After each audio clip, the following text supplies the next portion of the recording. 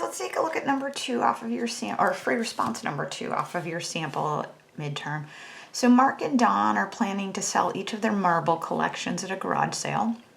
If Dawn has one more than 3 times the number of marbles Mark has, how many does each boy have to sell if the total number of marbles is 113? And I need you to show work leading to your answer, right? We need some kind of algebraic work. But if we look at this, I need to figure out how many marbles does Mark have, how many marbles does Dawn have. And so that's what I'm going to name my 2 variables in this problem. I'm going to let x equal the number of marbles that Mark has.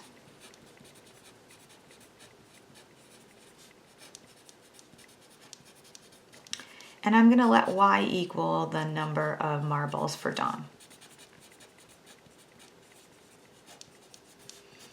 And so I've got 2 variables, excuse me. I've got x and y, right? I got to figure out how many marbles did Mark have, how many did Dawn have. And so that means I need to find a couple of equations to solve these 2 variables for, right? So if you've got 2 variables, you're going to need 2 equations. If you've got 3 variables, you need 3 equations, or at least 3, you know.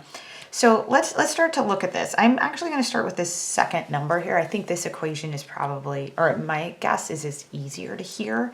This says here that the total number of marbles is 113. So if I talk about a total, right, I want to see between Mark and Dawn, they have 113 marbles. So x plus y has to equal 113. Because as we start to go through these, there's only 4 operations we're looking at: addition, subtraction, multiplication, or division. And we're talking about totaling. We mean we're adding some stuff together. So x plus y has to equal 113. That's great. That's one of my equations. But the other equation is sitting here in this sentence, right? It says if Dawn has one more than 3 times the number of marbles Mark has. Okay, so when we hear one more, that's synonymous with, if I have space for this, oh, I'm almost out. This is going to be addition, right? 3 times is literally going to be multiplication. So if we talk about Dawn, we know Dawn is y. So y is equal to 1 plus 3 times the number of marbles that Mark has. So now I've got my 2 equations.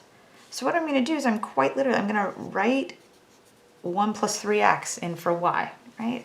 So I'm going to start with this equation of x plus y equaling 113, but I know y is equal to 1 plus 3x. So I'm going to keep my original x, and instead of writing the letter y, I'm going to write 1 plus 3x, and that's going to equal 113, right? So instead of y, I wrote 1 plus 3x. I'm going to substitute. Well, then the nice thing is that there's some like terms on the left side. X and 3x are like terms. I'm going to combine that into 4x. Plus 1 equaling 113. And then we're down to just a linear equation, right? This is when I start to subtract 1 from both sides. I've got 4x equaling 112, right? I'm going to go ahead and divide both sides by 4. And when I do that, if I crunch on my calculator, 112 divided by 4, I'm going to get 28. So that's great. At this point, I know Mark has 28 marbles. And I'm almost done. I've done a bulk of the work here, but I still need to find y. And we know y is 1 plus 3x. So let's do this. If y is equal to 1 plus 3x, and we know x is 28, if I do 1 plus 3 times 28 on my calculator, I'm going to find out that y is 85. So I'm going to say, well, Dawn has 85 marbles. And we can just check if we did 28 plus 85, sure enough, that is 113. So that checks out.